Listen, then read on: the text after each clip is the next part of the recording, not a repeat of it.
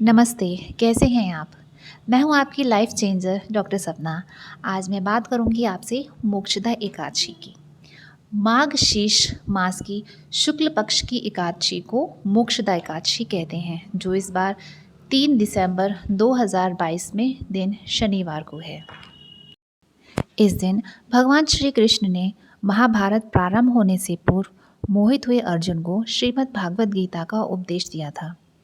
मोक्ष को प्राप्त करने के लिए इस व्रत को सभी व्रतों में श्रेष्ठ माना जाता है। इस दिन गीता जयंती भी मनाई जाती है, या यूँ कहें कि इस दिन श्रीमद् भागवत गीता का जन्मोत्सव है, तो ये कोई अतिशयोक्ति नहीं होगी।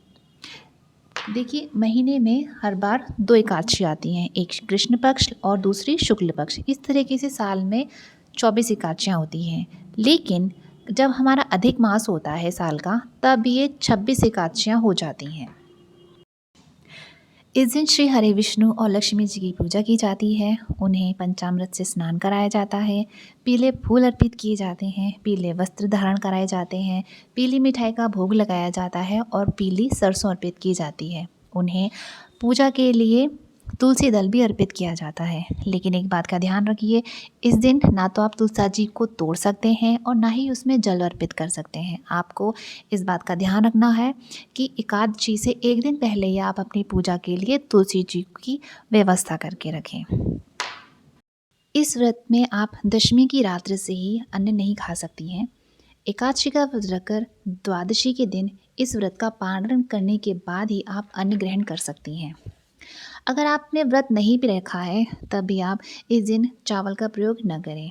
देखिए, इस दिन आप व्रत रखें ना रखें, चावल खाएं या ना खाएं, लेकिन आपको दान ज़रूर करना चाहिए। इस व्रत को पूर्ण करने के लिए आप किसी भी ब्राह्मण को, किसी भूखे व्यक्ति को, किसी ज़रूरतमंद व्यक्ति को या मंदिर में एक समय के भोजन का दान अवश्य करें। ऐसा करने से आपको इसका कई गुना फल प्राप्त होता है। अगर आपकी तबीयत ख़राब है, आपके घर में सूतक या पातक लगा हुआ है, या आपको पीरियड्स हो रहे हैं, तो कृपया करके इस एकादशी के व्रत को न रखें। आप इस व्रत को रख सकती हैं, जैसे कि आप, या यूँ कहें कि आप इसे मानसिक रूप से रख सकती हैं, लेकिन आप डायरेक्टली भगवान की सेवा इसमें आप नहीं कर सकती हैं। कोशिश करें कि इस दिन आप अपने घर का ही भोजन ग्रहण करें, किसी दूसरे के घर का भोजन न खाएं। आप पूरे दिन फल खा सकती हैं, कूटू के आटे की पकौड़ी, साबूदाने की खीर, ये सब खा सकती हैं। अब पर आप जो भी खाएं, उससे पहले भगवान को भोग ज़रूर लगाएं। शाम के समय श्री हरि विष्णु की आरती ज़रूर करें। अगर संभव हो तो रात्रि में जागरण करें। इस दिन व्रत रखने से दिन में सोना नहीं चाहिए, किसी की निंदा नहीं करनी चाहिए, चोरी नहीं करनी चाहिए, चुगली भी नहीं करनी चाहिए। यहाँ तक कि आप अपने पार्टनर के साथ रोमांटिक मूड में भी नहीं जाना चाहिए। ऐसा करने से कोई फ़ायदा नहीं। व्रत करने से आपके तन और मन की शुद्धि होती है। कहा जाता है कि इस दिन शाम के समय एक दीपक अपने पितरों के नाम ज़रूर जलाना चाहिए।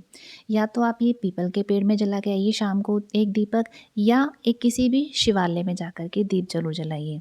अगर आप पीपल के पास मतलब दीपक जला रही हैं, तो वह सरसों के तेल का होना चाहिए।